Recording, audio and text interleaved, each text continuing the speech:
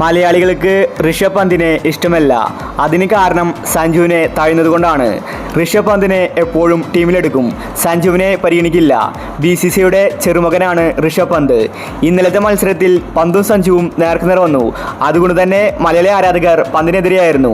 ഇപ്പോഴത്തെ ഇന്ന് കളി കഴിഞ്ഞ ശേഷം ഋഷഭ് പന്തും അതുപോലെ സഞ്ജുവിന് ക്യാച്ചെടുത്ത ഷാഹിബും ചെയ്ത കാര്യമാണ് സോഷ്യൽ മീഡിയയിൽ ചർച്ചയാവുന്നത്. ഈ ഒരു സംഭവത്തെ പറ്റിയാണ് നമ്മൾ ഇന്നത്തെ വീഡിയോയിൽ നോക്കുന്നത്. ഇതുപോലത്തെ IPL ന്യൂസിന് വേണ്ടി ഈ ചാനൽ മറക്കാതെ സബ്സ്ക്രൈബ് ചെയ്യൂ. രാജസ്ഥാൻ ജയിച്ച മത്സരമായിരുന്നു, എന്നാൽ അമ്പയർ തോൽപ്പിച്ചു കൊടുത്തു. സഞ്ജു ക്രീസിലുണ്ടായിരുന്നുവെങ്കിൽ ഉറപ്പായിട്ടും രാജസ്ഥാൻ ജയിച്ചേനെ.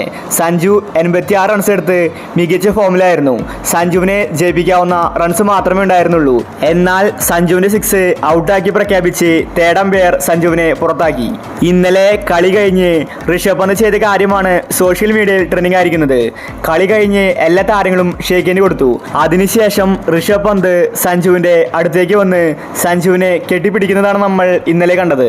സഞ്ജുവിനോട് യാതൊരു വൈരാഗ്യവും ഋഷഭ് പന്തിനില്ല. തേർഡ് അമ്പയർ സഞ്ജുവിനെ ചതിച്ചതിന് ഋഷഭ് പന്തിന് ഒന്നും തന്നെ ചെയ്യാൻ സാധിക്കില്ല. അദ്ദേഹം വളരെ മാന്യമായിട്ട് സഞ്ജുവിനോട് സംസാരിക്കുന്നതാണ് നമ്മൾ ഇന്നലെ കണ്ടത്.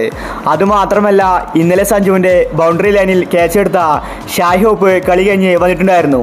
സഞ്ജു ഓരോ താരങ്ങൾക്കും ഷേക്ക് ഹാൻഡ് കൊടുത്തു. എന്നാൽ ഷാഹിബിന് ഷേക്ക് ഹാൻഡ് കൊടുക്കാൻ സഞ്ജു നിന്നില്ല.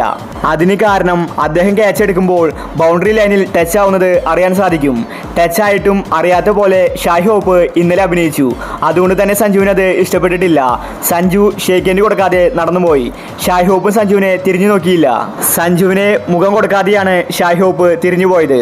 അദ്ദേഹത്തിന് അറിയാമായിരുന്നു അത് ഔട്ടല്ലെന്ന്. അതുകൊണ്ട് തന്നെ സഞ്ജുവിനെ ഫേസ് ചെയ്യാൻ ഷാഹിബിന് മടിയുണ്ടായിരുന്നു. ഇന്നലത്തേത് സഞ്ജുവിൻ്റെ ഔട്ടാണോ 6 ആണോ? ഇതിനെപ്പറ്റി നിങ്ങളുടെ അഭിപ്രായങ്ങൾ താഴെ കമൻറ്റ് ചെയ്യുക. ഇതുപോലത്തെ IPL ന്യൂസിന് വേണ്ടി ചാനൽ മറക്കാതെ സബ്സ്ക്രൈബ് ചെയ്യൂ.